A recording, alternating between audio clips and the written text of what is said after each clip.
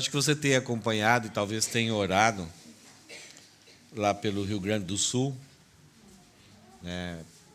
Nós já tivemos, quase todos os países já teve sempre uma tempestade, um alagamento, mas igual aquilo que está acontecendo é uma coisa assim bem difícil, né? Em São Paulo sempre em janeiro tem aquelas inundações, no Rio de Janeiro tem aquelas montanhas que descem, mas é 2 dias e já para. Agora já fazem mais de um mês, né? E continua, né? Tem a perspectiva de parar, mas ainda continua.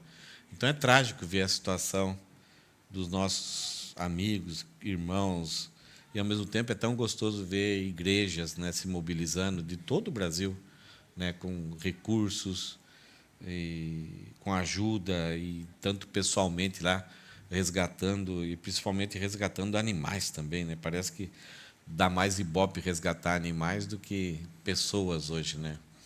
E triste, né, ver casos assim, uma mãe que tem 2 bebês gêmeos e de repente um cara, uma boneca ali na água, vai lá pegar um bebezinho que tinha falecido, né? Mas se acontecer um dilúvio aqui no Japão, a gente já está um pouco tranquilo, porque a gente tem alguém que pode nos colocar numa arca. Vai nascer daqui, talvez o mês que vem, o Noá, né?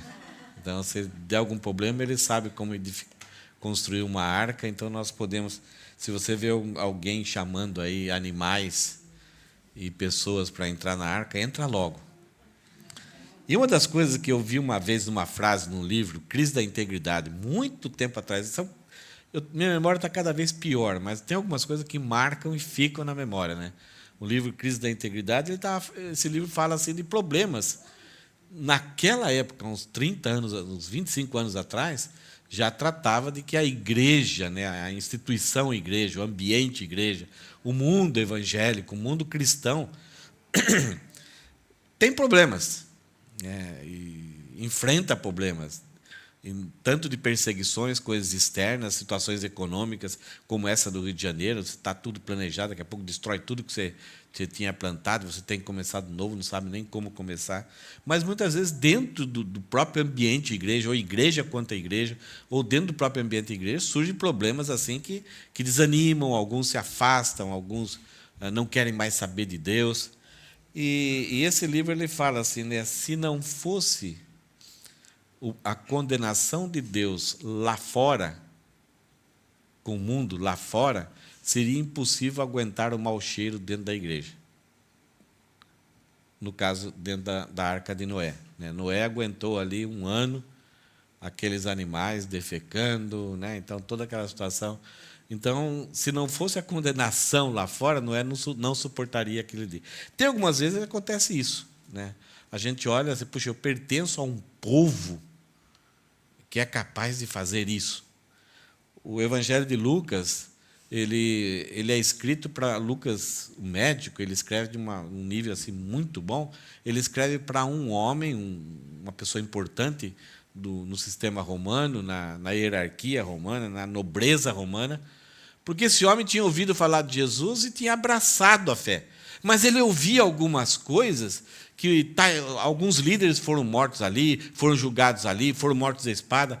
E quando pessoas, naquela época, eram mortos por autoridades romanas ou por autoridades judaicas, que eram os melhores sistemas de julgamento, de tribunal que tinha, quando se ouvia que alguém foi morto nas mãos dos romanos, nas mãos dos judeus, significava que esse cara era um bandido.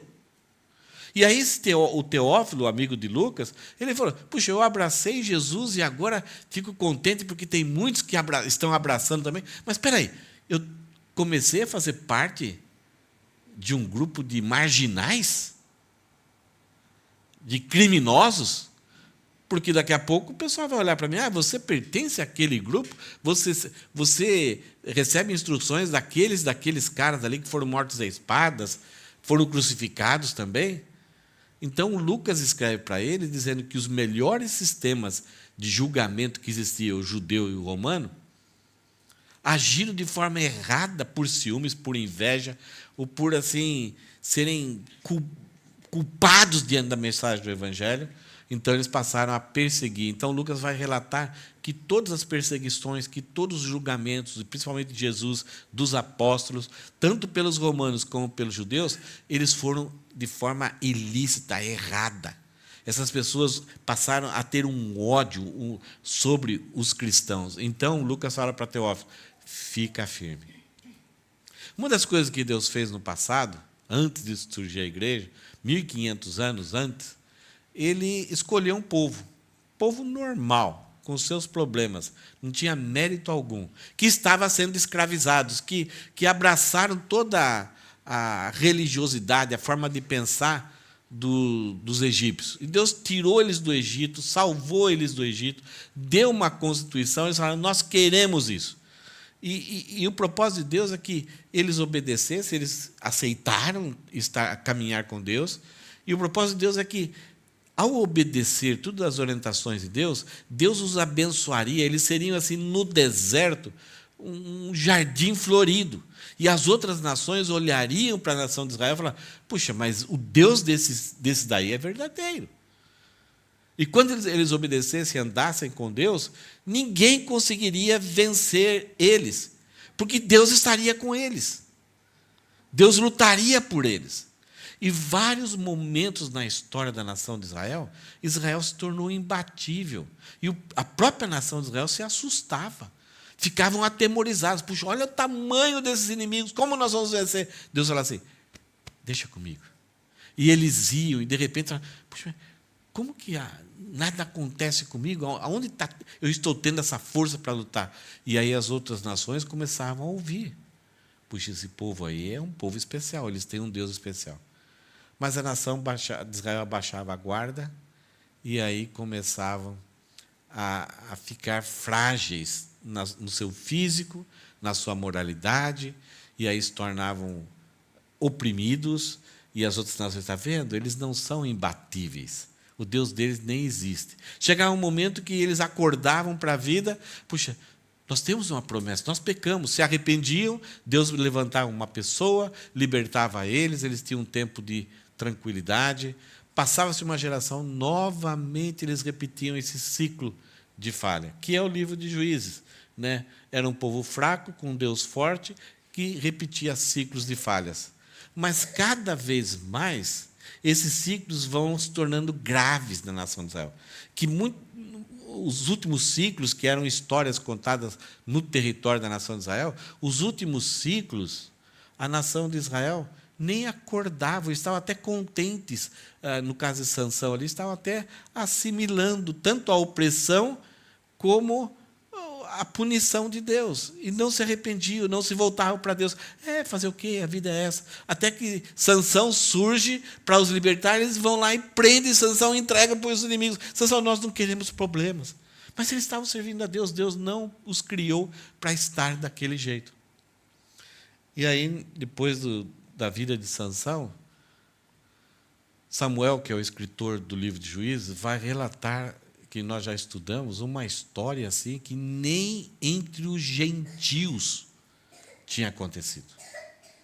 Talvez tenha acontecido de alguma forma, por causa do horror e da desumanidade que são alguns povos, mas quando os outros povos talvez escutaram a história que aconteceu em nação de Israel, falaram assim, puxa, eu pensei que esse povo fosse um povo diferente, eles fizeram isso, entre eles já não era um inimigo. E aí eles se levantaram, por causa daquele problema, dentro deles, eles se levantaram para resolver o problema. Então, o capítulo que nós vamos ver hoje, acontece no meio da nação de Israel, ali entre Efraim, Benjamim, Judá. Então, Benjamim tem uma cidade chamada Gibeá, é onde que aconteceu a primeira parte da história, agora nós vamos ver a segunda história. Muitos versículos, eu vou ler, e depois a gente vai tirar algumas conclusões. Mas a ideia hoje, eu preparei especialmente para o Fabiano, está aqui. Juízes, capítulo 20, versículo 1 a 48. O orgulho acende a insensibilidade com a atrocidade. Defende o mal e atrai disciplina excessiva contra si mesmo. O personagem principal aqui é o orgulho. Quando o orgulho domina e faz parte da vivência da pessoa, ele acende a insensibilidade. Isto é, você passa a ser como alguém que tem lepra. Você não sente mais nada. Não sente o quê? A qualquer atrocidade. Você fica insensível contra um mal tremendo. Faz. Você não fica mais indignado com a atrocidade. A atrocidade é algo que acontece assim, que você fala, meu Deus, o que é isso? Onde já se viu acontecer alguma coisa dessa? A pessoa que tem lepra, ela vai pegar numa panela, o fogo pode estar quente aqui, ela não sente que está pegando fogo. Está queimando a pele dela. Então, o orgulho, quando a pessoa busca ser orgulhosa, se ufanar, ela vai acender a insensibilidade, ela vai se tornar insensível com a atrocidade. Muitas vezes ela vai até curtir, dar risada. Ela também, por causa que ela fica insensível à atrocidade, ela vai defender o mal. Ela defende o mal, o maligno. E, por causa disso, que ela fica insensível à atrocidade e defende o mal, aplaude, gosta, curte e diz assim, bonito. Ela, por causa disso, o orgulho vai atrair uma disciplina, uma consequência excessiva contra si mesmo, uma consequência além da conta. Só para lembrarmos que, contra o orgulho, Deus fala assim, Deus resiste aos soberbos, mas dá graça aos humildes. Deus resiste. É o próprio Deus que resiste. Não é que Deus fica lá orgulhoso que alguma coisa, não vou dar. A ideia do resistir aqui é Deus e vai e joga no chão, esmaga no chão. É uma ação não passiva de Deus resistir, mas é uma ação ativa. Deus dá liberdade para que o orgulho floresça e atinja pontos assim que a gente não esperava, mas Deus prepara uma resistência, uma opressão, uma ação contra essa pessoa, que é uma disciplina excessiva contra outras pessoas que Deus não faz.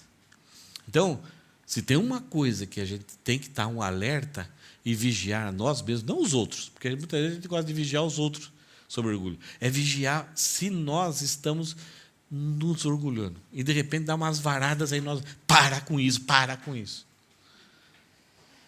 O orgulho acende a sensibilidade com a atrocidade, defende o mal e atrai disciplina excessiva contra si mesmo. Nós vamos ver no texto isso. Vamos lá? Estão prontos? Dá uma esticada aí, que a caminhada é grande. Primeira coisa que vai acontecer, eu não vou repetir a história que tinha acontecido, acho que vocês se lembram, a história vai ser repetida aqui, mas a nação de Israel, por causa de um grande mal que aconteceu naquela região ali de Gibeá, de Benjamim, o rapaz, um levita, que se tornou viúvo, ele convoca a nação de Israel. Então, há uma assembleia, uma convocação. Veja aqui como é que foi isso. Todos os filhos de Israel, desde Dan, lá do lado aqui, até Berseba, lá no norte, bem como da terra de Gileade, saíram. E a congregação se reuniu diante do Senhor em Mispa. Era uma cidade principal ali da tribo de Benjamim. Como se fosse um só homem. Aqui está em verde, porque a gente vai ver que, por causa daquilo que aconteceu, essa convocação, a nação de Israel veio, cada um deixou os seus lugares, os homens ali se reuniram numa assembleia como se fosse um só homem, a ideia de unidade, um só pensamento, um só corpo. Isso, muitas vezes, que o próprio Deus, o próprio apóstolo Paulo, convoca, roga para que a igreja tivesse o mesmo pensamento, uma só alma, um só espírito, uma unidade muito forte. E aqui, a nação de Israel, diante de um problema, houve uma assembleia e eles estão aqui como um só homem. E essa frase vai repetir várias vezes. Os chefes de todo o povo e de todas as tribos de Israel se apresentaram na congregação do povo de Deus. Havia 400.000 soldados de infantaria que puxavam da espada. Soldados que andam com a espada. guerreiros, 400.000. Atenderam à convocação do levita e se reuniram numa cidade importante da tribo de Benjamim, entraram lá na tribo, no território deles, e fizeram uma grande assembleia. Versículo 3. E os filhos de Benjamim ouviram que os filhos de Israel haviam se reunido em Mispa. O que eles estão fazendo aqui? Por que eles estão aqui? Invadiram o território de Benjamim, se reuniram naquela cidade, e aí todos os benjamitas, que era o território deles, ouviram que havia aquela reunião.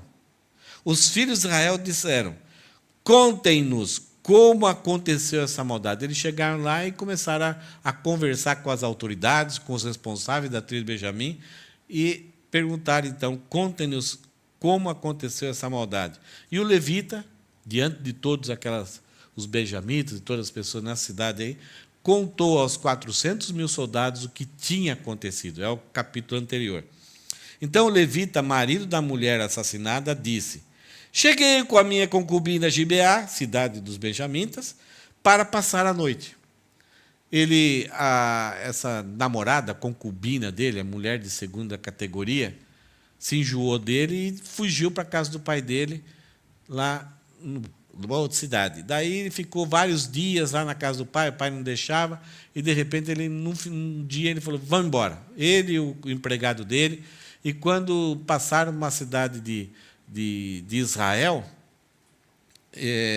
uma cidade de estrangeiros, eles ficaram com medo. Não vamos entrar aqui, não, porque é perigoso. Passamos para outra cidade, que Gibeá era a terra dos benjamitas, uma cidade de Israel. E quando chegaram lá à noite, homens de Benjamim queriam abusar sexualmente e violentar esse levita. E aí o dono da casa de onde eles tinham sido abrigados, o velho, deu a filha e também esse homem, o levita, deu a esposa dele. A esposa dele foi abusada a noite inteira, a noite toda, e o cara dormiu. O levita dormiu. De manhã ela está à soleira da entrada da casa, ele abre lá e aí ele tem uma ideia. Cortou ela em 12 pedaços e espalhou para a nação de Israel e disse: olha, nunca aconteceu uma situação dessa em Israel. Considerem sobre isso. Então, essa reunião aqui é para isso. Então, os Israel, 400 homens, querem ouvir o relato da própria boca do levita. Então, ele está falando: cheguei com a minha concubina Gibeá, cidade de Benjamim, para passar a noite. Os cidadãos de Gibeá se levantaram contra mim, e à noite cercaram a casa em que eu estava. Queriam me matar e abusar da minha concubina que morreu. Ele só fala do problema, mostra a insensibilidade dele também. Então peguei o corpo da minha concubina, cortei em pedaços, 12 pedaços, e o mandei para toda a terra da herança de Israel, pois aqueles homens cometeram uma maldade e uma loucura em Israel. Versículo 7. Eis que todos vocês são filhos de Israel. Portanto, discutam o assunto e tomem uma decisão. Então todo o povo se levantou como um só homem. Havia uma unidade nisso aí. Dizendo: nenhum de nós irá para a sua tenda, e nenhum de nós voltará para casa. Mas isto é o que faremos a Gibeá: um sorteio para ver quem atacará a cidade. Havia um outro juramento aqui que a gente vai saber no capítulo seguinte. Mas eles falaram: já que todos estão aqui, e esse é o problema grave que aconteceu em Israel, então ninguém vai voltar para casa até que a gente discipline Benjamim. E, de início, nós vamos sortear. A ideia, quando se fala em sorteio aqui, o tabernáculo era naquela região ali. O tabernáculo ficava lá, não tinha o templo de Salomão. Então, eles iam até o sacerdote, consultavam o sacerdote então perguntava para o sacerdote qual que seria a vontade de Deus naquele projeto que eles tinham, e aí o sacerdote orava para Deus, e as pedras do Urim e Tumim, aquelas pedras que ele tinha no peito, se aqueciam e davam uma direção, ou eles tiravam as pedras, uma branca, uma preta, alguma forma que eles usavam ali, para dar uma direção para eles que Deus queria isso e Deus não queria aquilo. Então, quando eles falam de sorteio, é isso que eles vão usar. Era uma coisa que eles usavam durante um certo tempo e que Deus implantou no começo. Então, eles querem saber quem da tribo de Israel atacará primeiro Benjamim, então, e vai disciplinar, vai fazer alguma ação punitiva, disciplinadora contra Benjamim. E, para que aconteça isso, tem 400 mil homens, então eles têm uma ideia, um processo aqui. De todas as tribos de Israel, vamos separar 10 homens de 100, e 100 de 1.000, a ideia é 10%, e 1.000 de 10.000, para providenciarem mantimento para o povo, a fim de que este, indo a Gibeá de Benjamim, faça a ela conforme toda a loucura que fez Israel. Assim, todos os homens de Israel se ajuntaram como se fosse um só homem contra a cidade. Não havia divisão de pensamento e de agrupamento. Eles estavam todos convergidos numa só ideia. Precisamos resolver, precisamos disciplinar Benjamim. E não sabe quanto tempo isso vai demorar, até que aconteça todo esse processo. Eles já separaram 10% de cada tribo, de cada grupo, e esse pessoal ia ser a intendência. O que é intendência numa batalha, numa guerra? É o pessoal que vai buscar, voltar, caminhar, para buscar alimentos. Então, um vai, outro volta, fazem rodízio, constantemente estão trazendo alimento, precisa sustentar esses 400 homens. Então, eles foram espertos, agiam de forma correta aqui para sustentar um exército. Houve a convocação e agora há a obstinação. Quem já ouviu essa palavra? Obstinação. Essa é uma palavra muito forte. Muitas vezes, ela é relacionada a um pecado, à ação pecaminosa. Mas, muitas vezes, por causa dela existir, ela se torna pior do que o próprio pecado. A pessoa roubou. Você vai e confronta a pessoa. Se ela se arrependeu, você ganhou esse irmão. Quem foi roubado pode dar uma absolvição, querer a restituição ou até perdoar no sentido assim, não, tudo bem, você já usou, você já estragou, então você dá a absolvição. Mas quando a pessoa rouba, você confronta a pessoa e a pessoa te ofende e nega, mas tem toda prova, ela te ofende, eu peco mesmo, tal. Ela levanta o nariz, esse orgulho, assim, porque, e daí, você vai fazer o que comigo? Isso é obstinação. Essa ação de rejeitar a confrontação e de não se arrepender, nem remorso tem, porque algumas vezes, quando você confronta, a pessoa tem um remorso. Ela chora, ela clama, mas ela está querendo se livrar de perda de privilégio, de alguma punição. Mas ela simplesmente está arrependida, não da ação que ela fez, ela está arrependida de talvez passar por um processo difícil para ela. Então é só remorso. O arrependimento é quando a pessoa percebe que ela pecou contra Deus e ofendeu a pessoa. Então ela está disposta a qualquer coisa. Então, para o arrependido, você pode dar absolvição ou não. Você pode exigir a restituição daquilo que você acabou perdendo. Mas, se nessa hora da confrontação a pessoa rejeitar e ofender, aí entra no processo de obstinação. Quando se entra nesse processo de obstinação, já não adianta mais ninguém. Ela entrou numa dimensão que aí, muitas vezes, o próprio Deus vai usar o próprio Satanás para disciplinar essa pessoa, para ir contra a vida. Até, muitas vezes, em alguns casos, a destruir o próprio corpo, para ver se ela pode produzir algum arrependimento. Então, obstinação é algo muito sério.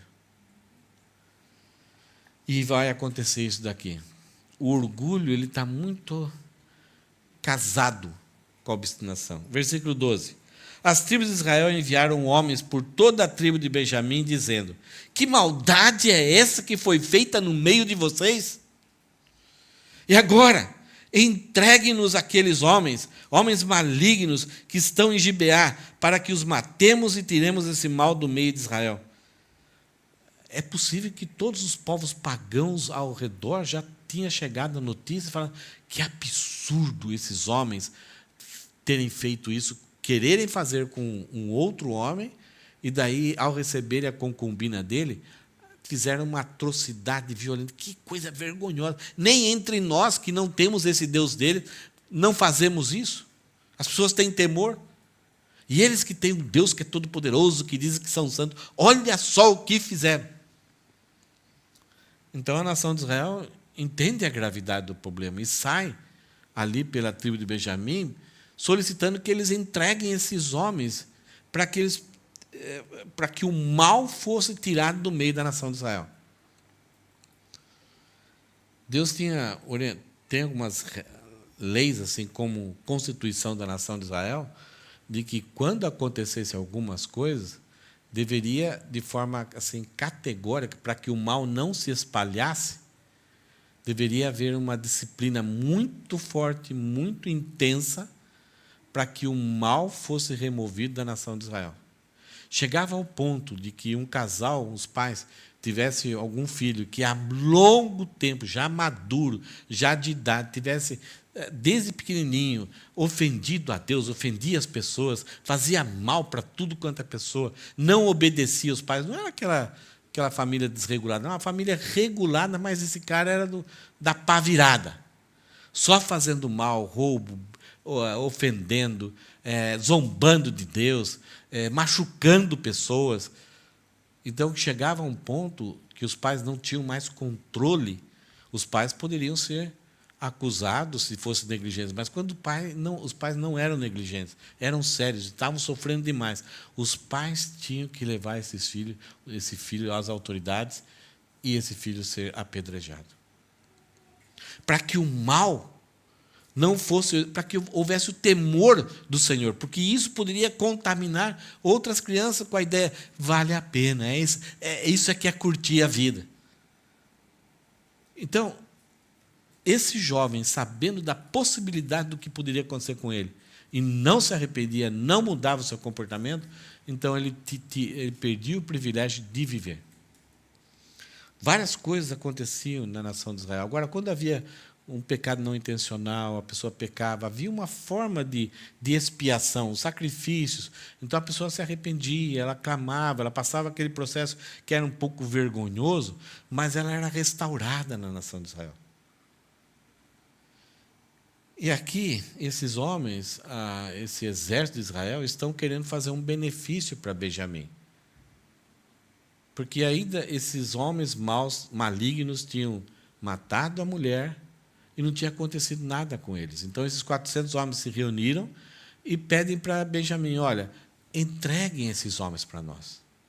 Porque do jeito que o que eles fizeram, isso nunca deveria ter acontecido na nação de Israel. Precisa de disciplina.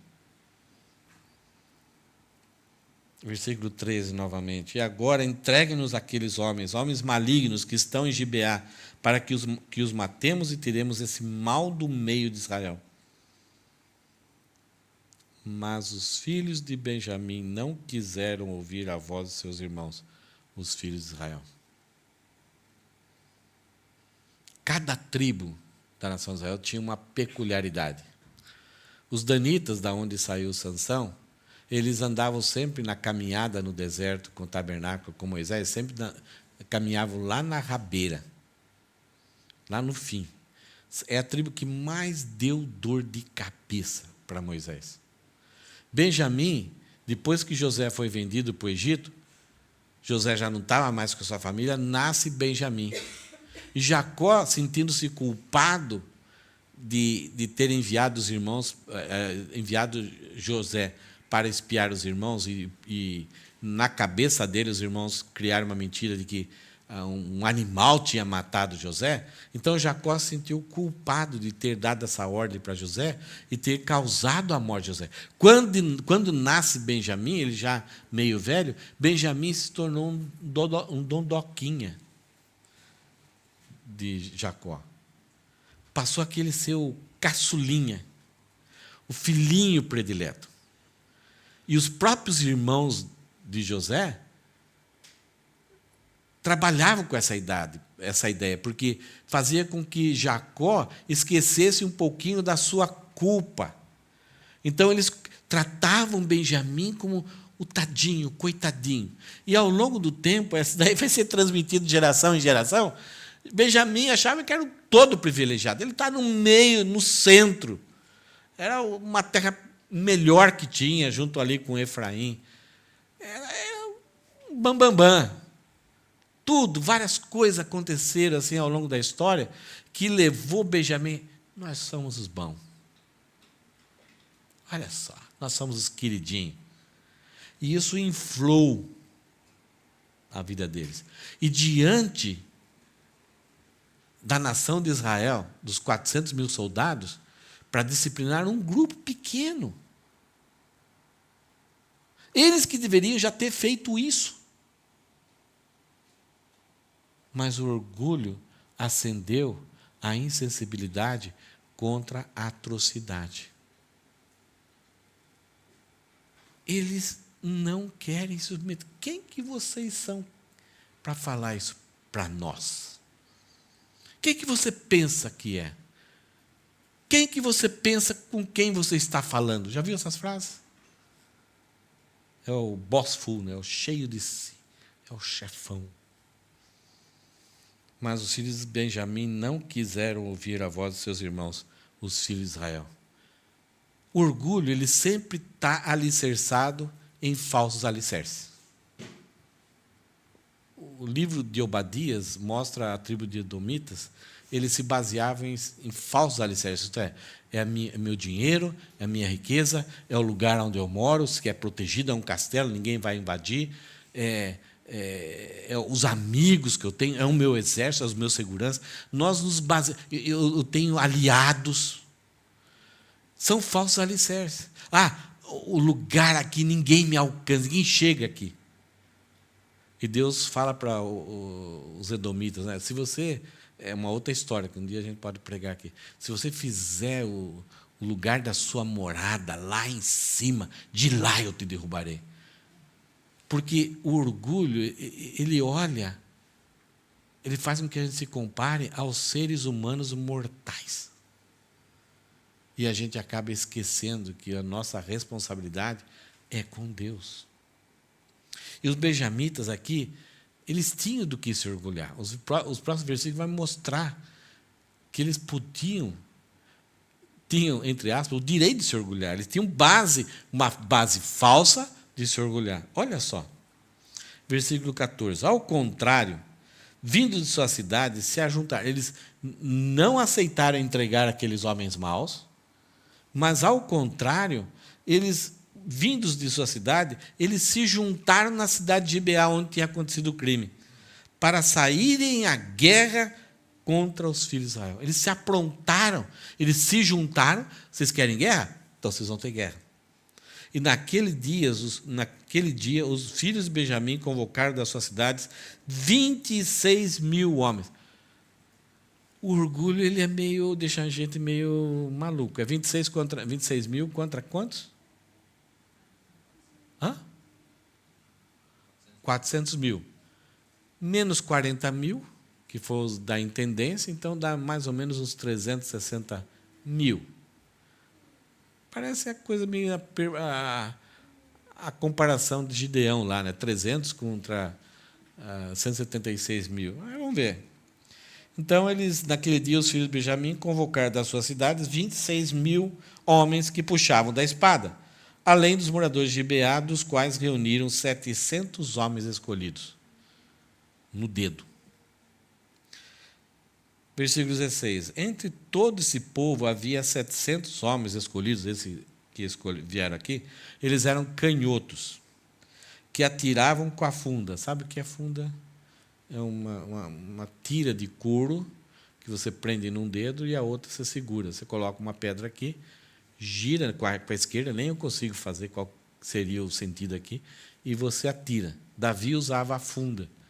É um tipo de um estilingue, que chegavam, dependendo de onde atirar, matar um animal. Pelo menos atirava aqui, ficava às 11, é o que aconteceu com Davi, ele atirou na fronte, um único buraquinho que tinha aqui na couraça, na armadura de Golias. Golias tombou, aí Davi vai lá, pega a espada e corta a cabeça de Golias. Então, eles eram, quem usava fundo e era canhoto, parece que tinha mais habilidade ainda.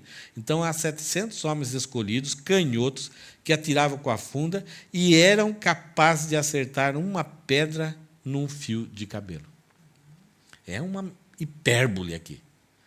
Mas era um pessoal que ficava brincando desde criança e aí desenvolviam essa habilidade.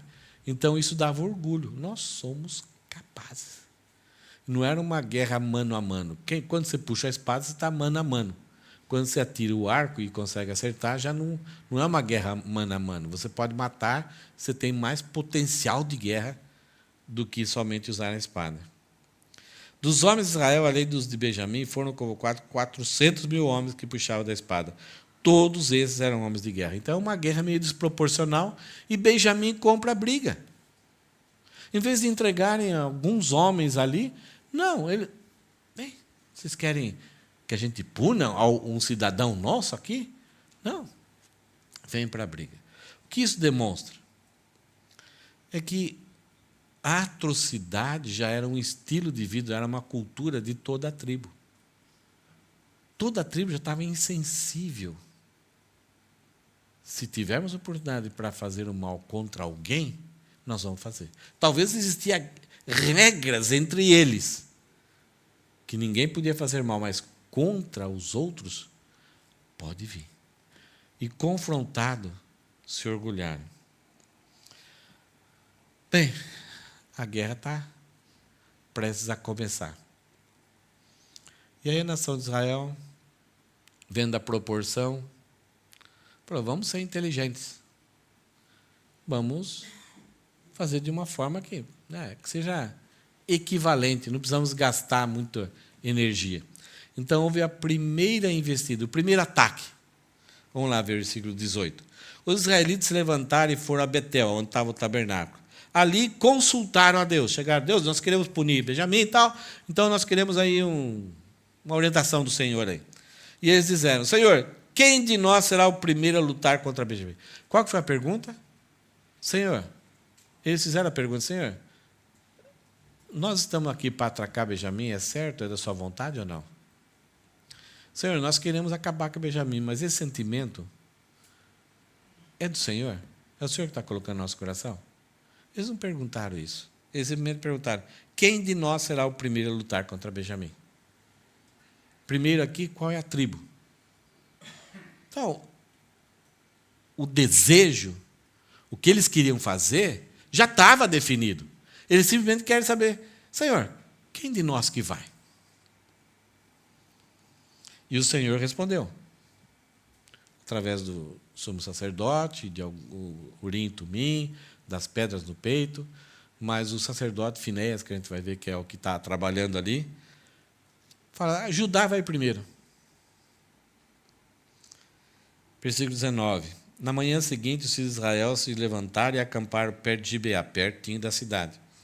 E os moradores de Israel saíram à batalha contra a tribo de Benjamim e tomaram posição de ataque contra ela, junto a Gibeá, com aqueles gritos de guerra, aquela energia, aquela adrenalina. Então os filhos de Benjamim saíram de Gibeá e naquele dia mataram 22 mil homens de Israel. Quem matou? Quem foi massacrado aqui? Saiu pouco, só de Judá. Mas foram lá e voltaram com o rabinho entre as pernas, porque Benjamim, com seus 700 homens, com seus 26 mil soldados, matou 22 mil homens de Judá. Que massacre! Que banho! Que goleada! Versículo 22. Porém, o povo dos homens de Israel se animou e eles novamente tomaram posição de ataque no mesmo lugar onde no primeiro dia o tinham feito. Os caras perderam e não, a gente vai lá. A gente foi meio distraído, tem que ser mais empenho. Vamos lá, mais concentração, foco. Versículo 23. Antes disso, antes de irem, porém, Os filhos de Israel foram e choraram diante do Senhor até a tarde. Primeiro, eles foram de que jeito? Até o tabernáculo. O que eles fizeram diante do tabernáculo, diante de Deus? Só fizeram uma pergunta. Quem deve ir primeiro? Perder a primeira batalha, chegar diante do tabernáculo, diante do Senhor, e agora eles choraram até a tarde, passaram um dia chorando. E aí eles novamente consultaram o Senhor, dizendo: devemos atacar outras vezes nossos irmãos da tribo de Benjamim? E o Senhor respondeu: sim. Vocês devem atacar. Acho que vocês estão ficando meio preocupados com essas respostas de Deus, né? Versículo 24. Assim, no dia seguinte, os filhos de Israel marcharam contra os filhos de Benjamim. Aí houve a segunda investida, o segundo ataque. O primeiro perdeu 20 quanto que é? 22 mil. Agora eles vão de novo. Agora já juntou todo mundo lá. Versículo 25. Também os de Benjamim, no dia seguinte, saíram de Gibeá de encontro a eles. Então Israel subiu, e os de Benjamim estão descendo ali contra eles. A cidade ficava meio no alto. E Benjamim matou mais 18 mil homens. Primeiro foi 7-1. O segundo foi uns 6-0. E mataram mais 18 mil homens, todos os que puxavam da espada. Então todos os filhos de Israel, todo o povo, foram a Betel, choraram, estiveram ali diante do Senhor, e jejuaram aquele dia até a tarde, e ofereceram holocaustos e ofertas pacíficas diante do Senhor. O nível aqui está aumentando, né? Um dia choraram até a tarde, agora eles choram, jejuam, mataram, sacrificaram. Isto é, praticaram uma religiosidade, porque cada vez mais eles já vieram ali, quando ouviram o relato do levita, surgiu aquele desejo de vingança. Eles decidiram o que iam fazer. Aquela vontade impiedosa, vamos acabar com eles. E aí só perguntaram para o Senhor, quem que de nós vai primeiro? Porque o negócio vai ser fácil. Comparando nós com eles, vamos ganhar facilmente. Perderam. Foram na segunda vez, perderam. Agora, então, choraram, jejuaram, fizeram o holocausto, fizeram um culto completo, como se manipulasse Deus. Ofertas pacíficas do Senhor. Então, a terceira investida. Versículo 28. E Finéias, filho de Eleazar, filho de Arão, ministrava diante dela naqueles dias, isso é, diante da casa do Senhor, naqueles dias. Os filhos de Israel perguntaram, então jejuaram, clamaram, fizeram holocaustos, deram ofertas pacíficas. Então aí Finéias apresenta quem é que está dando a resposta aqui, é um cara sério. Então aí a pergunta foi: devemos sair mais uma vez para lutar contra os nossos irmãos da tribo de Benjamim ou devemos desistir? Eles estão duvidando de quem aqui? Eles foram com um ímpeto, com uma vontade de querer fazer algo e queria que Deus batesse o encã e definisse pequenos detalhes. Quem sobe primeiro? Depois perderam. Quem devemos novamente? Deus fala, sim. Perdem. E aí eles colocam uma opção aqui, ó. Devemos sair mais uma vez para lutar contra os nossos irmãos da tribo de Benjamim ou devemos desistir? Agora, antes essa opção não existia, não ofereceram essa opção para Deus. A primeira opção é quem deve ir e se deveriam ir novamente. Agora eles colocam, devemos ou devemos desistir? E aí o Senhor respondeu, vão novamente, porque amanhã eu os entregarei nas mãos de vocês. Então Israel pôs uma emboscada ao redor de Gibeá. Agora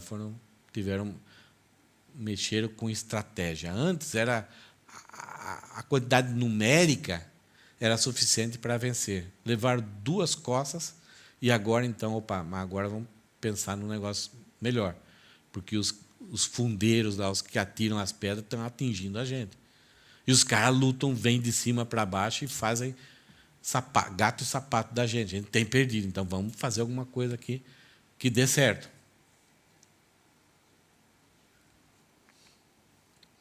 Versículo 30. No terceiro dia, os filhos de Israel avançaram contra os filhos de Benjamim e tomaram posição de ataque contra Gibeá, como das outras vezes. Aqui a história vai se repetir, fica meio confuso aqui, mas fica tranquilo.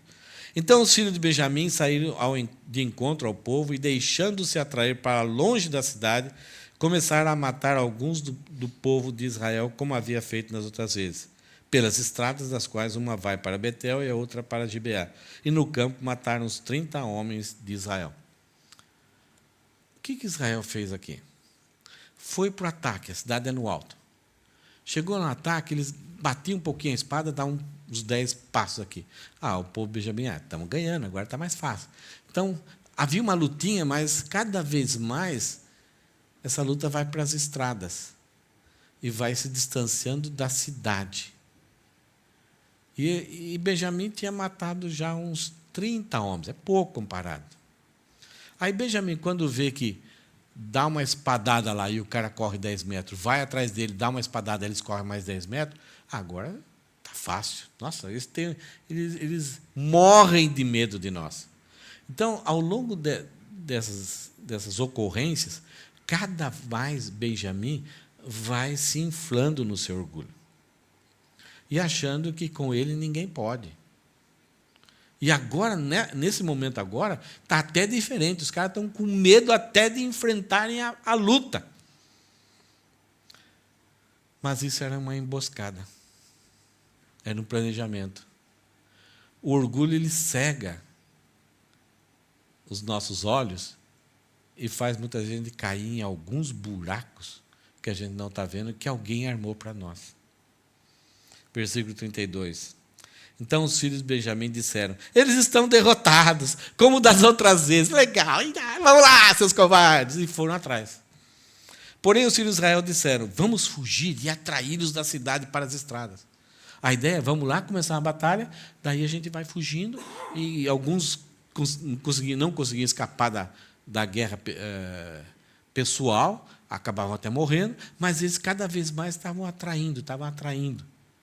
E entrando nas estradas. Todos os homens de Israel se levantaram do seu lugar e tomaram a posição de ataque em Baal-Tamar. E a emboscada de Israel saiu do seu lugar das vizinhanças de Geba. Houve um grupo que foi atacar. Um grupo maior ficou emboscado, escondido. E um outro grupo vai entrar por trás da cidade. Olha só o que vai acontecer. Versículo 34. 10.000 homens escolhidos de todo Israel vieram contra Gibeá lá por trás, e a batalha se intensificou. Porém, os filhos de Benjamim não imaginavam que o desastre era iminente. Eles caíram na armadilha. Então o Senhor derrotou Benjamim diante de Israel, e naquele dia os filhos de Israel mataram 25.100 benjamitas. Todos dos que puxavam a espada. Estão entendendo o que aconteceu? Foram para guerrear, os israelitas foram para guerrear, os benjamitas saíram confiantes, orgulhosos, com eles ninguém pode, vamos matar. Já tinham matado uns 30, mas nessa hora, nos caminhos, nas trilhas, os israelitas havia soldados escondidos. Enquanto está acontecendo essa batalha aqui meio estranha, que dá mais orgulho para Benjamim, esses israelitas entraram na cidade e fizeram barba e cabelo de Gibeá. E aí, Samuel está escrevendo aqui de um jeito interessante, ele vai repetir essa história, versículo 36. Então os filhos de Benjamim viram que estavam derrotados. Como que os benjamitas viram isso? Os homens de Israel foram cedendo terreno aos benjamitas porque confiavam na emboscada que haviam posto contra Gibeá. A emboscada avançou depressa, investiu contra Gibeá e passou os moradores aos fios da espada. Então, os que ficaram emboscados entraram na cidade e passaram os moradores ao fio da espada. Os homens de Israel tinham combinado um sinal com a emboscada, que era para fazer subir da cidade uma grande nuvem de fumaça. Então, tem um pequeno exército aqui fugindo, lutando e fugindo. Os outros soldados vão, eles entram na cidade, passam, matam todo mundo lá, e aí havia um sinal combinado com esses soldados que estavam fugindo aqui, atraindo os soldados de Benjamim, o exército de Benjamim, para longe, com aqueles, um sinal combinado com aqueles que entraram na cidade. Já tinham matado todo mundo. Qual que era? Era o sinal de fumaça. Quando eles ateassem fogo lá, subisse a fumaça, a cidade foi conquistada. Então, esse grupo de soldados de Israel se viraram contra eles. E aí, quando Benjamim olha para trás e vê a cidade em chamas, complicou. Caímos na armadilha. Agora não tem salvação. Versículo 39. Então os homens de Israel deviam voltar à batalha. Então aqueles que estão guerreando e fugindo, agora eles vão e atacam. E os benjamitas olham para... o que aconteceu? Nossa! Já ficam apavorados. Então o pavor, para uma pessoa que está totalmente tranquilo e seguro no seu orgulho, vem o pânico. Os filhos de Benjamim tinham começado a atacar os homens de Israel e já tinham matado uns 30 deles. Então, Samuel está repetindo a história. E diziam, com certeza eles já estão derrotados, como na batalha anterior. Então, novamente, Samuel repete aquilo que eles tinham falado, o orgulho deles. Então, a nuvem de fumaça começou a levantar-se da cidade como se fosse uma coluna. Os filhos de Benjamim olharam para trás e eis que a fumaça da cidade subia para o céu. O negócio era feio. Os homens de Israel deram meia volta e os filhos de Benjamim ficaram apavorados. Porque viram que o desastre era iminente. O orgulhoso, que acha que com ele ninguém pode, quando chega numa situação que a derrota é iminente e agora tem jeito, não tem escapatória, vem o desespero, vem o pânico. Eles viraram as costas para os homens de Israel em busca do caminho do deserto. E cada um, ou mato ou morro. Eu fujo para o mato ou fujo para o morro. Cada um por si. Eles viraram as costas para os homens de Israel em busca do caminho do deserto, mas não puderam escapar da batalha. E os que vinham da cidade se destruíram no meio deles. Então, a soldado de Israel que vem da cidade, que fizeram lá a destruição, vem... Os outros estão tentando fugir e vêm. Havia soldados de Israel para tudo quanto é lado, eles não tinham como escapar. Cercaram os filhos de Benjamim e os perseguiram, e onde repousavam, ali os alcançavam, até diante de Gibeá para o nascer do sol. Então eles cercaram, perseguiram e alcançaram. Imagina o desespero. Em alguns minutos atrás, está falando, ganha uma batalha novamente, mais uma vitóriazinha. Vamos tomar uma tequila hoje lá no bar do Mané. Agora eles perceberam que caíram numa arapuca, que não tem mais salvação. E para onde iam, haviam multidões de israelitas perseguindo, cercando e alcançando. Aí tem uma derrota total. Dos filhos de Benjamim foram mortos 18.000 homens. Todos esses homens valentes. Então se viraram e fugiram na direção do deserto para a rocha de Rimon, um lugar que era quase impossível chegar. E ao longo do caminho, os filhos de Israel ainda apanharam mais 5.000 homens de Benjamim. Seguiram-nos de perto até Gidom e mataram mais 2.000 homens. Naquele dia morreram 25.000 homens. Os números aqui são muito de arredondamento, sabe aquele negócio? Já viu o termo evangelástico? O evangelista, quando o evangelista prega o evangelho, por exemplo, a gente teve a marcha para Jesus lá. Não sei quantas pessoas tinham lá. Vamos supor que tinha 550 pessoas ali. O evangelista fala, nós tivemos 1.000 pessoas. Né? Ele sempre arredonda um pouco para cima. Né? Então, algumas vezes na Bíblia tem esses arredondamentos, mas os números são bem próximos aqui. Naquele dia morreram 25.000 homens dos filhos de Benjamim, todos eles homens valentes que puxavam da espada. Por causa de um grupinho que fez uma maldade, que culminou com a morte da concubina. E agora, quando a nação de Israel quer tirar o mal do meio da nação de Israel, os benjamitas se recusam, se tornam obstinados e querem enfrentar a batalha.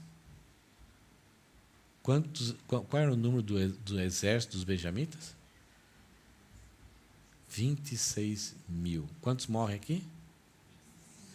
25.000 morrem. Agora, são homens valentes. Aquele grupo que queria abusar da mulher, do homem, do levita, depois abusar da mulher, fizeram o que fizeram com ela, não é aquilo que a Bíblia chama de homem valente. Que lá são homens covardes. São piores que bestas. E Benjamim defende esses camaradas.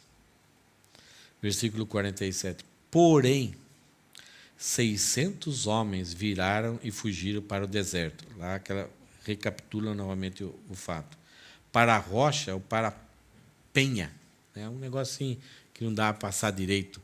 Então eles fugiram, 600 homens, conseguiram os mais levinhos, os que corriam mais, no sufoco, fugiram e conseguiram se esconder no deserto, numa penha lá chamada Rimon, onde ficaram 4 meses. A tribo de Benjamim se resumiu a isso. Os homens de Israel voltaram para os filhos de Benjamim e passaram a fio da espada tudo o que restou da cidade. Animais, tanto homens como animais, tudo o que encontraram. E também puseram fogo em todas as cidades que encontraram.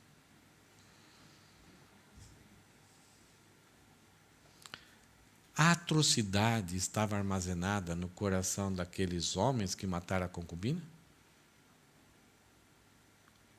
Ou também na tribo de Benjamim? Ou também na nação de Israel?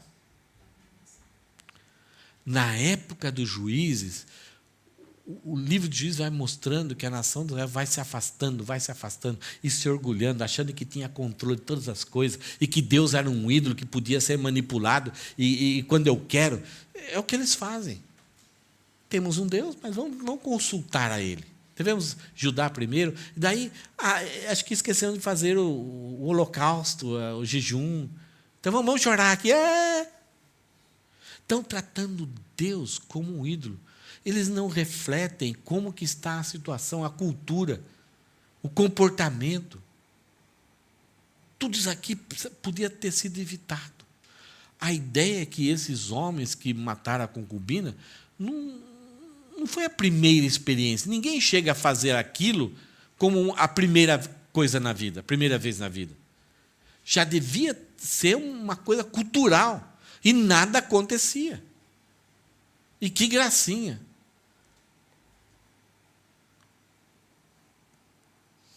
E, além disso, eles puseram fogo em todas as cidades que encontraram de Benjamim. Eles arrasaram. Aquele ímpeto de vingança, não pode mais existir. E a gente vai ver, vou antecipar.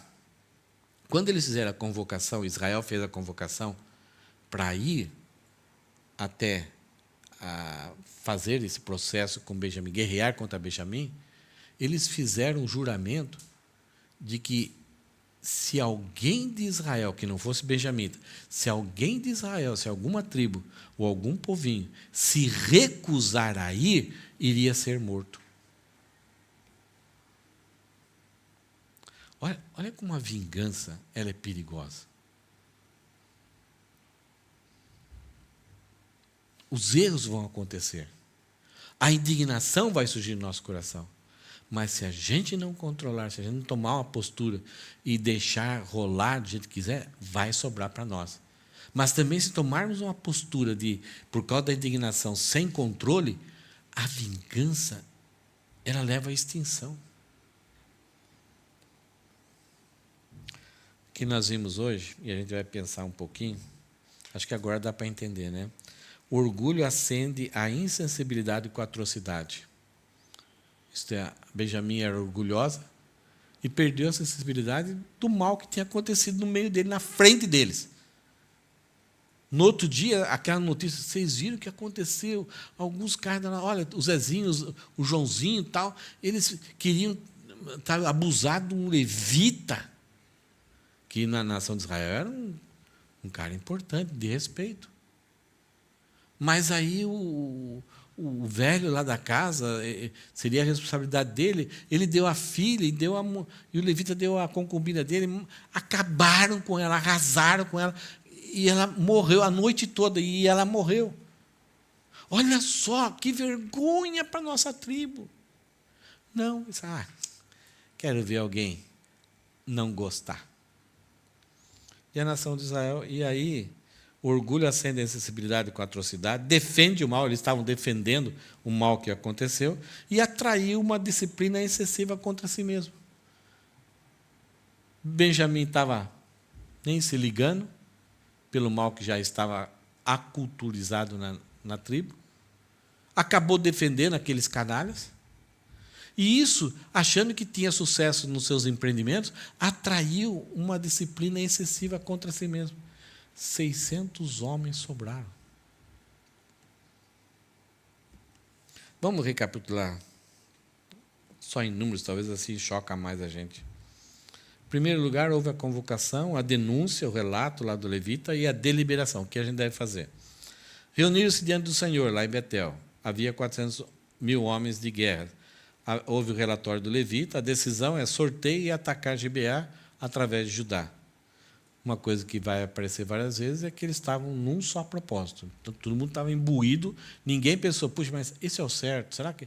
Não havia todo mundo um mesmo sentimento. Parece bonito, mas não havia um sábio aqui para levantar uma questão.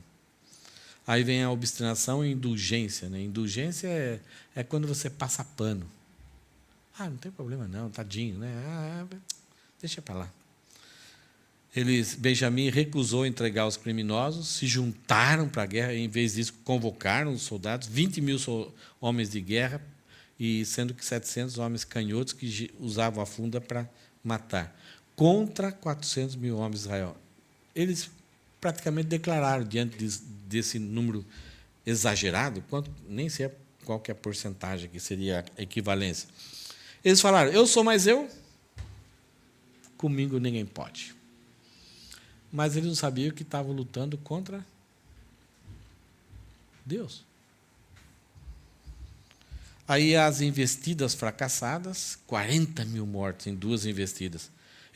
Israel foi consultor a Deus em Betel, lá onde está a casa do Senhor, tudo religiosamente, tudo segundo o figurino.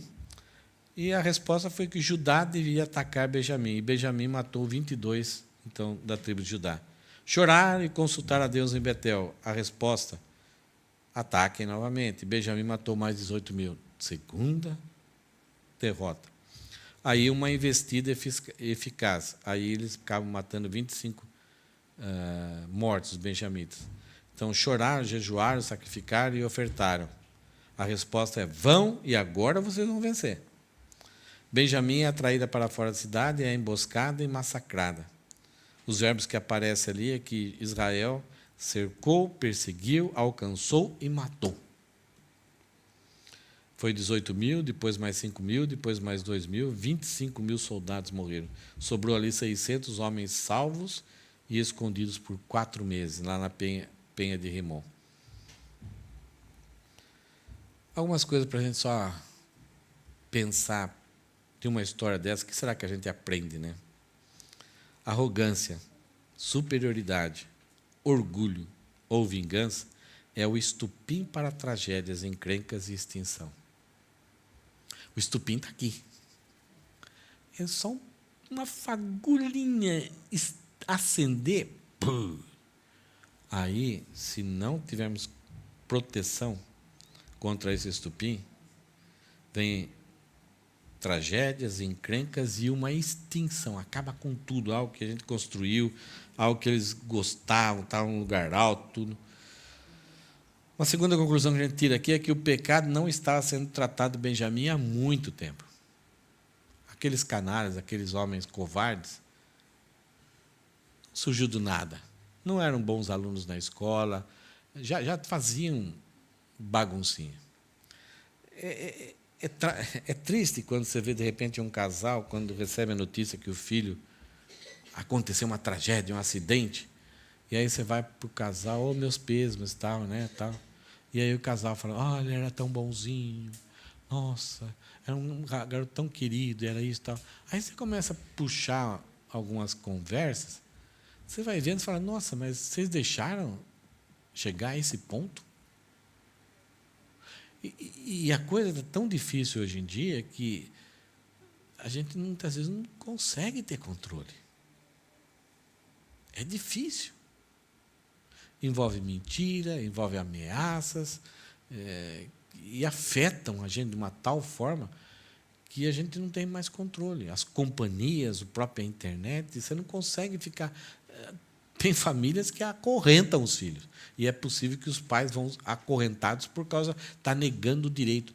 Há uma tendência na nossa sociedade da gente, como pais, não falarem não para os filhos. Nossa, você falou não para o filho. Eu vi esses dias um artigo dizendo que a mãe deveria pedir permissão para o bebê para trocar as fraldas.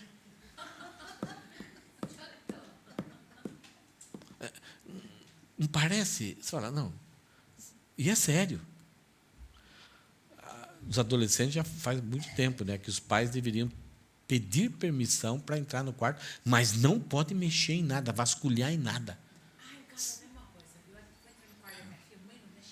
Tá bom, já é adulto, é responsável, né?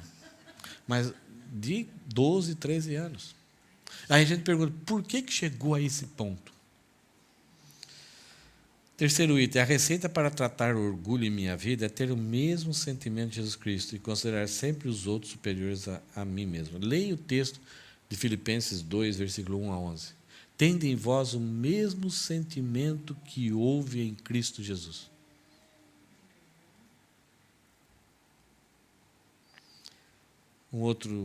O mal precisa ser tratado, mas à maneira de Deus.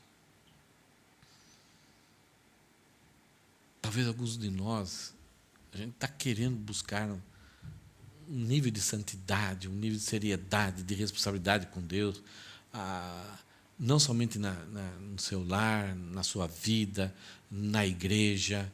E aí você vê pessoas, sabe, brincando com Deus, zombando de Deus. E essa indignação é legítima. Mas como tratar? Será que eu devo tratar segundo o meu método, o meu sentimento? Uma coisa que eu aprendi, e ainda bem que eu aprendi cedo, logo que eu tive meus filhos, é que quando eles desobedecessem, eu tinha que mandar eles para o quarto. Aí eu tinha aquelas varinhas de bambuzinho, uma varinha de uma planta que tinha no Brasil lá. A marmelo não tinha, mas aí me deram o bastão de cola quente. Três varadinhas ali, tirava a fralda, e eu chegava para meus. Eu aprendi que tinha que mandar os filhos para o quarto, deitarem na cama já, assim, né, a cama está aqui, então deitar já, expor aquelas coisinhas tão fofinhas assim e tal. E depois de 5, 6 minutos, você ir lá. Aí eu falei, mas por quê? Tem que ser na hora. Não, é por causa do seu coração. Enquanto você não acalmar o seu coração, orar, você vai fazer besteira. Uma vez eu peguei o meu celular, joguei no chão, bateu na parede e voltou. Falei, vou ter que comprar outro celular. Não tive. Sobreviveu. Eu queria comprar um outro celular. Então, esse coração nosso, por mais que a gente tenha buscado a justiça, a seriedade com Deus na igreja, ele é perigoso para tratar o pecado. Mas então, como que a gente faz? Primeiro, eu preciso entender que o propósito da confrontação, da disciplina, vamos pensar aqui em filhos, né? O propósito é produzir santidade e união, harmonia, e não vingança. Então, o tom de voz, a velocidade, as punições assim, exacerbadas, as consequências assim, terríveis, depois que você para, você puxa.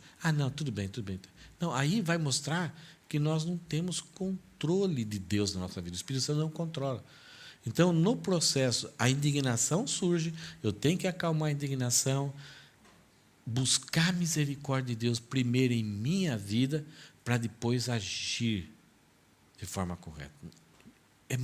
Isso é complicado demais. Mas é para nossa proteção. Confrontar e disciplinar sem quebrantamento, sem o nosso quebrantamento, transforma-se em vingança e pode nos trazer grande prejuízo. A gente tem notícias de pais que disciplinam o filho com cordão de ferro, com bituca de cigarro. Por quê?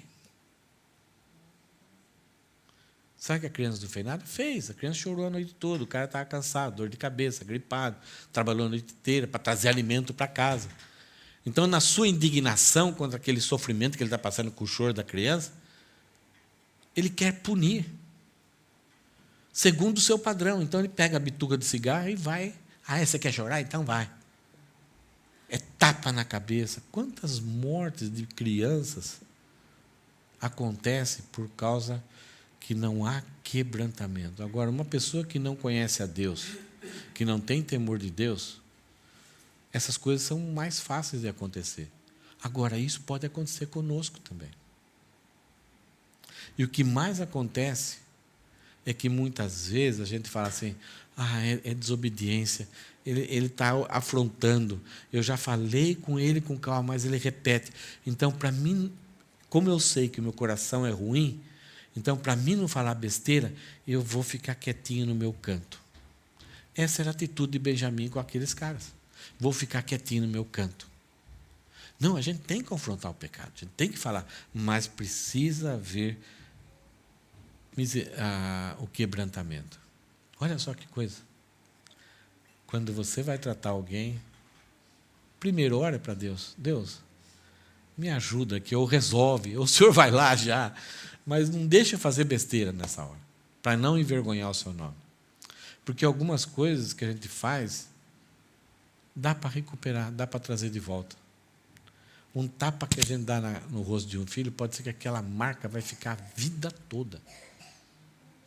E pela graça de Deus, em algum momento pode haver reconciliação. Mas eu acho que vocês conhecem muitos casos desse jeito.